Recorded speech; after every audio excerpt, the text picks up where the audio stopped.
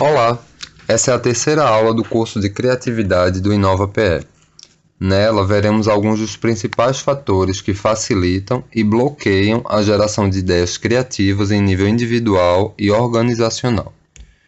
Então, começando pelos fatores que facilitam. O primeiro seria consumir cultura inútil e útil. Por que isso acontece? Porque seu cérebro vai vasculhar dados na memória e criar associações entre eles. Então, quanto mais dados a gente tiver, mais chances de surgirem conexões inusitadas e ideias criativas. A cada novo conhecimento é como se a gente estivesse adicionando um ingrediente extra. E aí, com mais opções, dá para criar mais receitas novas. Devorar a cultura vai agregar valor ao banco de dados do cérebro e vai aumentar as chances dessas recombinações criativas. Então, por exemplo, o caminhoneiro James Cameron ficou encantado com histórias do espaço ao ver Guerra nas Estrelas. E aí ele decidiu que não queria mais esperar filmes assim sentado na poltrona dele. Ele queria fazer os seus próprios filmes. Foi assim que ele deu ao mundo O Exterminador do Futuro, em 1984. Já o Black Sabbath seria apenas mais uma banda qualquer de blues em uma cidadezinha inglesa, se seus integrantes não tivessem se inspirado em filmes de terror para mudar de estilo e assim criar o heavy metal.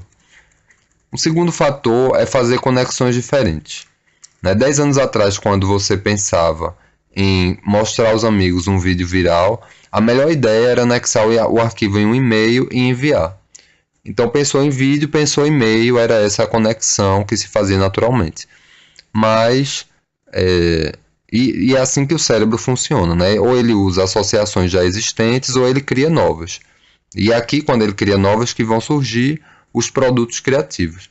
Então, Chad Hurley e Steve Chen se cansaram de contar com a lentidão do e-mail e na cabeça deles instalou uma ideia, surgiu uma outra conexão. Por que não criar um site, de vídeos sem a necessidade de baixar o vídeo para poder assistir? Foi assim que nasceu o YouTube em 2005. E aí o site revolucionou a nossa vida digital e logo virou um negócio bilionário. Tanto é que um ano depois, em 2006, o Google comprou por 1,65 bilhão de dólares. Então, ter ideias é juntar pontos. Copérnico, por exemplo, mudou o mundo ao associar o Sol ao centro do universo e não à Terra, como se pensava anteriormente. O terceiro fator é estudar de tudo. Buscar referências também se aplica ao que você pode estudar. Não se prender a cursos que tenham apenas a ver com o trabalho. Não é porque isso ajuda a aumentar a variedade de associações que geram ideias criativas. Então, por exemplo, aos 17 anos, quando Steve Jobs não sabia o que queria fazer da vida e largou a faculdade, ele se matriculou apenas em cursos que lhe interessavam, como, por exemplo, caligrafia. E aí o aprendizado só foi aplicado muitos anos depois, quando ele fundou a Apple. Então, Jobs contou num discurso que ele proferiu aos formandos da Universidade de Stanford, nos Estados Unidos, que sem o curso o Mac não teria múltiplas fontes. E como o Windows é uma cópia do Mac, talvez nenhum computador tivesse fontes diferentes para oferecer se não fosse aquele curso que ele fez de caligrafia. E outro exemplo é Gabriele Veneziano, um dos pioneiros da teoria das cordas que tocava violino. O quarto fator é rotina e silêncio, porque concentração é essencial. Por exemplo, o escritor americano Jonathan Franzen escreveu As Correções, um de seus mais famosos livros, em um quarto escuro com fones de ouvido para isolar o barulho, usando um computador sem acesso à internet. E aí é claro que vão existir escritores e artistas que gostam de trabalhar com música, ou vendo televisão, ou não liga para barulho. Mas em algum momento do processo criativo, eles precisam do isolamento. Porque o cérebro precisa se focar em uma ideia para conseguir desenvolvê-la, concentrar.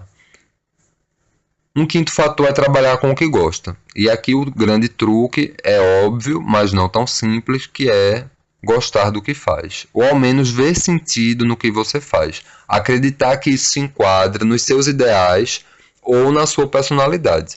Salvador Dalí era assim. O pintor espanhol era tão apaixonado pela arte que disse uma vez que em alguns dias achava que ia morrer de overdose de satisfação. Não é à toa que ele virou um dos líderes do surrealismo da década de 30. né, um movimento vanguardista que inseriu os conceitos da psicanálise de Freud na arte. Então, gostar do que faz e se dedicar até ficar bom nisso é essencial para ter grandes ideias.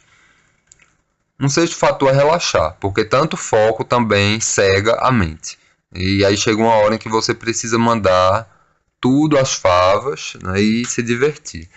Steve Jobs, por exemplo, caminhava todas as manhãs. Beethoven fazia passeios todas as tardes, mas ele estava sempre acompanhado lá do bloquinho dele e da caneta para anotar as sinfonias que viessem à mente dele. Então, são atividades que geralmente colocam o corpo em estado de relaxamento. Nesses momentos, o cérebro pode voar mais e revirar a caixa de memórias, né, com mais liberdade. Um sétimo fator é persistir e insistir, né, porque aqui um desafio precisa ser superado, que é o medo. Então, mudar o mundo ou aparecer com uma ideia nova pode gerar pavor para algumas pessoas, se não para a maioria delas. Um exemplo disso é que na década de 70, os estúdios de Hollywood se uniram contra a Sony para acabar com uma invenção amedrontadora na época, que era o videocassete. Eles temiam que o aparelho acabasse com os lucros do cinema. Mas os inventores, né, e a Sony não se detiveram por isso. Então, esse é o recado aqui. Com paixão e trabalho, o caminho parece mais possível e menos amedrontador.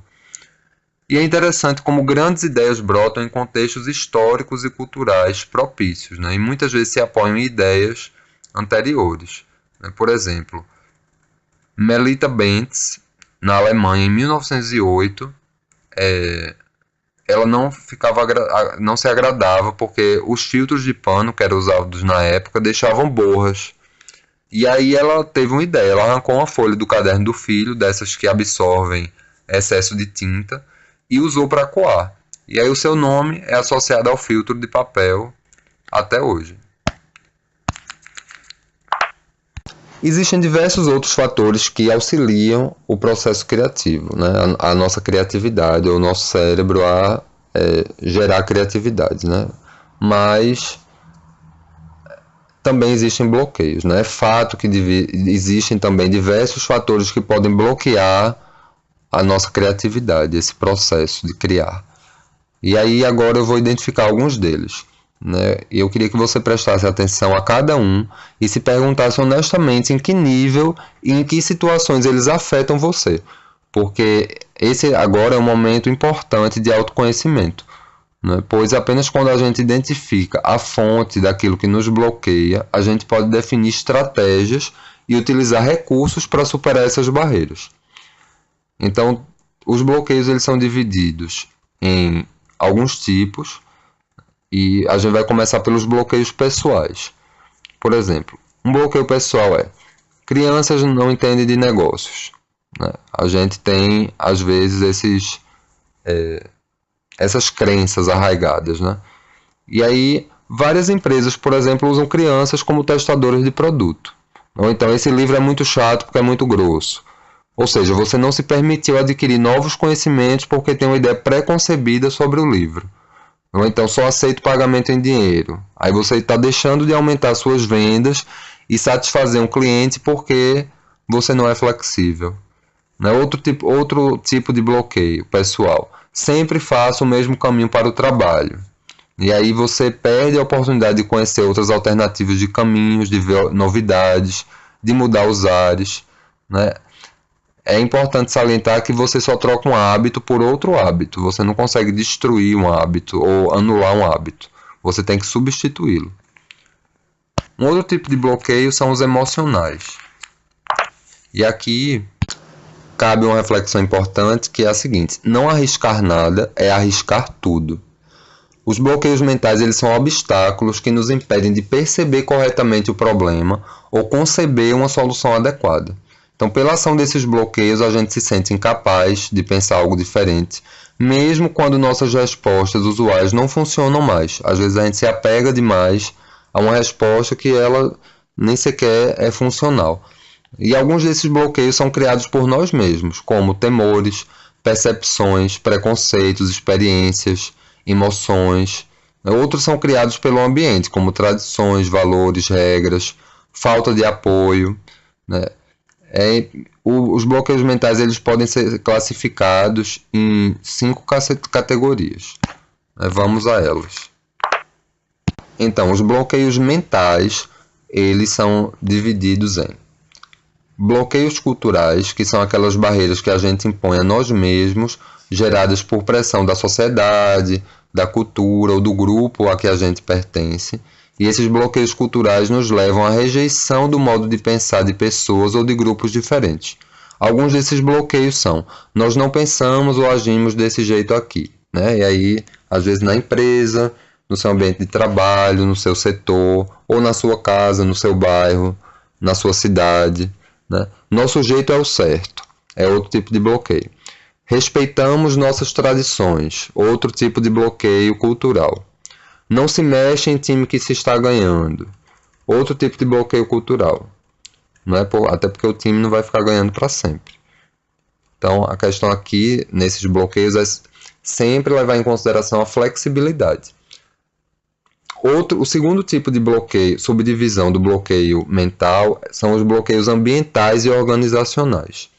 Eles são resultantes das condições e do ambiente de trabalho, tanto físicas quanto culturais, né? Então, distrações no ambiente de trabalho, que podem ser reais ou imaginárias, como interrupção, ruído, e-mail, telefone. Um ambiente de trabalho opressivo, inseguro, desagradável, também é o tipo de bloqueio. Atitudes inibidoras à expressão de sentimentos, de emoções, do humor e da fantasia. Autoritarismo, estilos gerenciais inibidores, falta de apoio, de confiança, uma rotina estressante, né? O terceiro tipo de bloqueio são os intelectuais de comunicação, que seriam a inabilidade para formular e expressar com clareza problemas e ideias. E aí eles podem resultar de vários fatores, como a falta de informação e pouco conhecimento sobre o problema ou a situação analisada, uma informação também que pode ser incorreta ou incompleta, uma fixação profissional ou funcional, né? Ou seja, procurar soluções unicamente dentro dos limites da sua especialização ou do seu campo de atividade. A crença de que para todo problema só existe uma única solução válida. O uso inadequado ou inflexível de métodos para a solução de problemas. E a inabilidade para formular e expressar com clareza os problemas. O quarto tipo de bloqueio seriam os emocionais. E aí eles seriam resultantes do desconforto em explorar e manipular ideias, né? Porque eles nos impedem de comunicar nossa ideia às outras pessoas. Por exemplo, medo de correr risco. Desde criança a gente é ensinado a ser cauteloso e a não falhar nunca. E isso é péssimo, né? Receio de parecer tolo ou ridículo, dificuldade em isolar o problema, desconforto com incertezas e ambiguidades, negativismo, né? Procurar razões prematuras para o fracasso. E aí vamos lembrar daqueles 4 personagens, né? O juiz ele é o terceiro personagem, né? Inabilidade para distinguir entre realidade e fantasia. O quarto e último tipo de bloqueio mental seria o bloqueio de percepção, que são aqueles obstáculos que nos impedem de perceber claramente o problema ou a informação necessária para resolvê-lo. E aí essa inabilidade para ver o problema, ela pode vir sob diferentes pontos de vista, como por exemplo, estereótipos. A gente ignorar que um objeto pode ter outras aplicações além de sua função usual. Lembra de Gutenberg, que adaptou a prensa de uvas para imprimir livros? Ou Santos Dumont, que usou a corda de piano para substituir as pesadas e grossas cordas que eram usadas nos balões. Outro tipo de bloqueio desse tipo são as fronteiras imaginárias, quando a gente projeta fronteira no problema ou na solução que não existem na realidade. E aí também a sobrecarga de informação, o excesso de informações e de detalhes que restringem a solução que pode ser considerada. Os bloqueios, vale lembrar que eles são paredes invisíveis que nos impedem de sair dos estreitos limites de um cubículo que a gente constrói ao longo dos anos. Esses tijolos dessa parede são feitos de nossos medos, frustrações, ansiedades e imposições da sociedade, da família, dos colegas e dos superiores. Então, quando você se sentir paralisado e incapaz de pensar diferente, relaxe, respire e procure enxergar esses tijolos, porque a consciência dos bloqueios mentais já é meio caminho andado no desenvolvimento de suas habilidades criativas. E aí, para superar esses obstáculos, na próxima aula, nós veremos uma técnica conhecida como pensamento lateral. Além dele, a gente vai conhecer algumas das principais ferramentas utilizadas para desenvolver a nossa criatividade, tanto em nível individual quanto em nível organizacional.